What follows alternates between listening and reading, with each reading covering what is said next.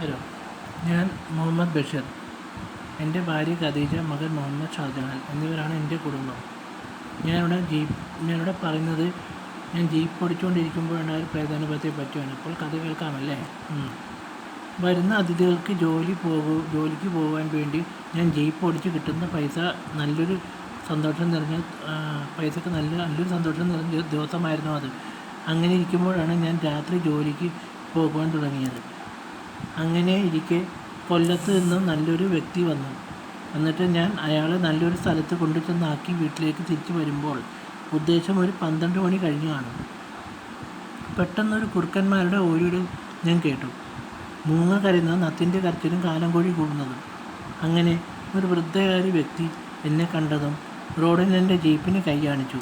ഞാൻ നിർത്തിയതും എൻ്റെ അടുത്തുള്ള ജംഗ്ഷൻ വരെ ഒന്ന് കൊണ്ടുചെന്നാക്കാമോ എന്ന് ചോദിച്ചു.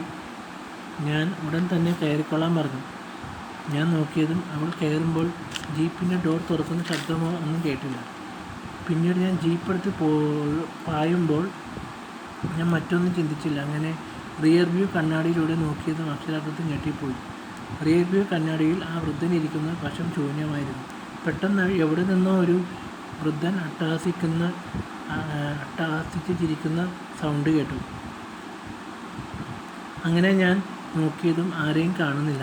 പെട്ടെന്ന് ഞാനുടൻ തന്നെ സർവ്വശക്തിയുമെടുത്ത് ഖുറാനിലെ സൂക്തങ്ങൾ വായിച്ച് അപ്പോൾ വണ്ടി സ്റ്റാർട്ടായി നേരെ വീട്ടിലേക്ക് തിരിച്ചു.